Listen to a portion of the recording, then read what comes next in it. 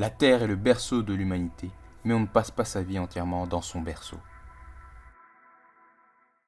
Salut à tous et à toutes et bienvenue dans Sci-Fi, l'émission qui parle de science et de technologie. Depuis quelques mois, il y a des mobilisations concernant le climat, que ce soit ici en Belgique, en France ou ailleurs. Inutile de s'interroger sur les raisons de ces mobilisations, la planète va mal et ce n'est pas quelque chose de nouveau. L'homme s'est toujours focalisé sur l'amélioration de son mode de vie, de plus en plus déraisonnable, sans s'intéresser aux conséquences que sa surconsommation pourrait engendrer. Épuisement des ressources naturelles, disparition de certaines espèces animales, dérèglement climatique, les conséquences de ces actes sont nombreuses. Une prise de conscience générale est née, même si les avis sur la question sont partagés. Il y a trois opinions majeures. On a tout d'abord ceux qui disent que nous pouvons encore sauver la planète en changeant nos habitudes. Ensuite, il y a ceux qui pensent qu'il est déjà trop tard pour changer les choses. Et enfin, ceux qu'on appelle les climato-sceptiques qui nient les faits et pensent que tout ça n'est qu'une vulgaire invention. You are fake news. Comment réagissons-nous face à cette épreuve qui est probablement l'un des plus grands défis auxquels l'humanité a eu à faire ? Malgré la reconnaissance de l'existence d'un changement climatique d'origine humaine en 1992, les actions mises en place jusqu'ici n'ont pas été significatives. Outre les petits gestes du quotidien à l'échelle du citoyen, il a fallu attendre de nombreuses années pour que les choses prennent de l'ampleur. En 2015, lors de la 21e édition de la Conférence internationale sur le climat, les États membres se sont engagés à réduire leurs émissions de gaz à effet de serre et à maintenir le réchauffement sous la barre des 2 degrés Celsius. Il y a eu bien des révolutions depuis des siècles. Mais aujourd'hui, c'est la plus belle et la plus pacifique des révolutions qui vient d'être accomplie, la révolution pour le changement climatique. L'accord de Paris pour le climat est accepté. Cette action concrète et relativement importante à l'échelle internationale s'apparente à une solution qui est censée sauver notre planète. Pourtant, il existe d'autres solutions, dont une plutôt drastique, qui consiste à quitter la Terre. La quitter, mais pour aller où ?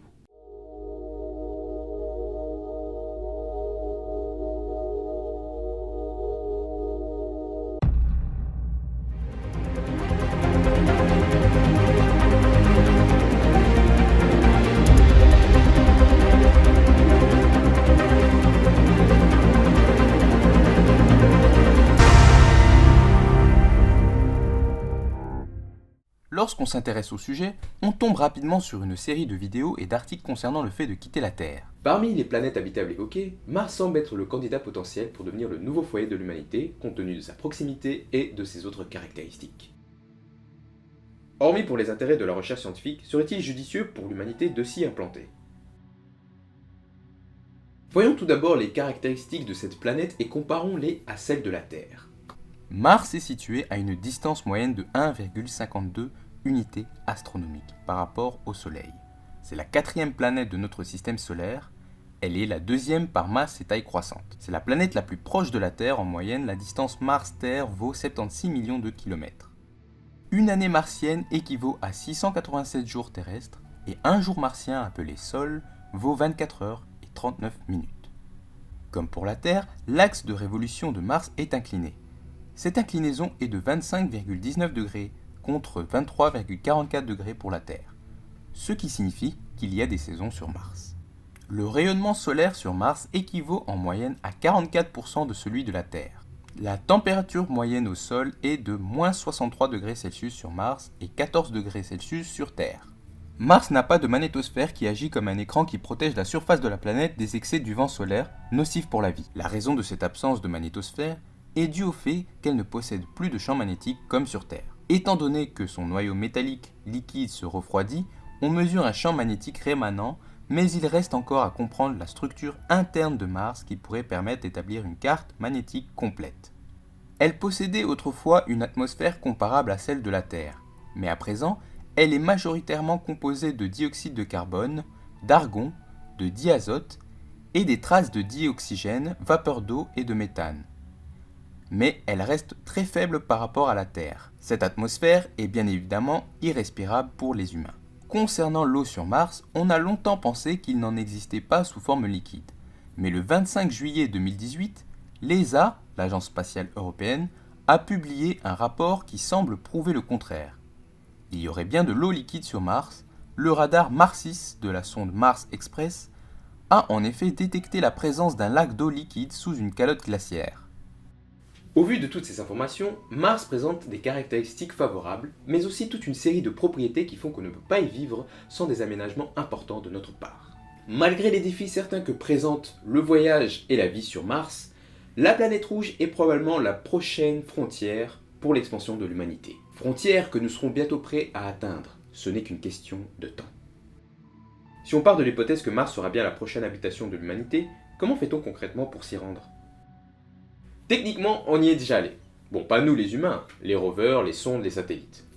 Sur 45 missions, seules 24 ont été un succès. La dernière en date est InSight, une mission initiée par la NASA avec des collaborations européennes qui est entièrement consacrée à l'étude de la structure interne de Mars.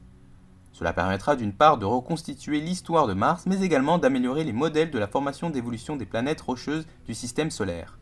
Envoyer des sondes et des rovers sur Mars, c'est super, on peut collecter toute une série d'informations sans mettre en péril des vies humaines. Mais ces engins possèdent des limitations techniques. Certains sont immobiles, voire très lents. En 15 ans, le rover Opportunity a parcouru seulement 45 km, une distance qu'un humain serait capable d'effectuer en une journée.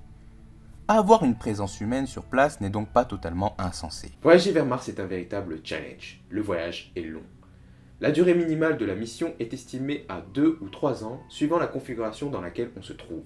Étant donné que Mars et la Terre tournent autour du Soleil à des vitesses différentes, les deux planètes sont soit situées de part et d'autre du Soleil, la distance qui les sépare est alors très importante, ou, au contraire, les deux planètes sont alignées et du même côté du Soleil, alors la distance est beaucoup plus courte. Malheureusement, la distance n'est pas la seule contrainte du voyage. L'exposition à la radiation et à une gravité réduite, des délais importants entre envoi et réception des messages échangés avec la Terre, mais la plus grosse contrainte reste la survie de l'équipage. Réserve d'eau, de nourriture, d'oxygène et de carburant, notamment pour le retour. De par la taille réduite des vaisseaux transporteurs actuels, les premiers voyages vers Mars seront limités en termes de stockage. De ce fait, l'équipage devra probablement vivre en autarcie et produire ses propres ressources indispensables à la vie, que ce soit durant le voyage vers Mars ou sur place. D'ailleurs, en ce qui concerne l'équipage, ce dernier sera également en nombre limité, par exemple 6 personnes. Il faudra bien choisir car l'espoir de l'humanité repose sur les épaules de ses élus. Un voyage de longue durée peut également être synonyme d'impact psychologique. Vivre, travailler pendant longtemps dans un espace restreint nécessite donc une compatibilité entre membres d'équipage. Ça évitera par la même occasion des engueulades inutiles.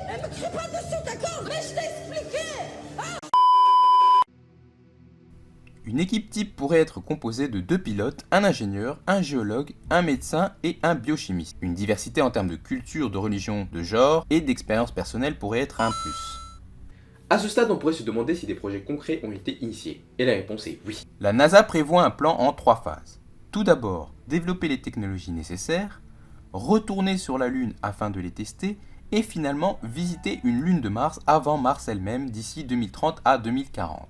Elon Musk a quant à lui une vision plus ambitieuse. Ayant fondé SpaceX en 2002, il a toujours eu un grand désir d'emmener l'humanité sur une autre planète. Il a pour conviction que pour survivre, l'espèce humaine devrait devenir une espèce multiplanétaire. En 2016, au cours du Congrès international d'aéronautique, Musk a dévoilé la stratégie qu'il souhaite mettre en place pour créer la première colonie humaine sur Mars.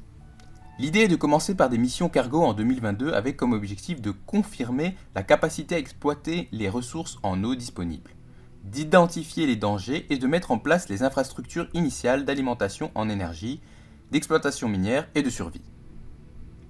Suite à ça, des missions à la fois cargo et équipage prévues pour 2024 permettront d'amener du matériel et des provisions supplémentaires et préparer le terrain pour les futurs vols d'équipage.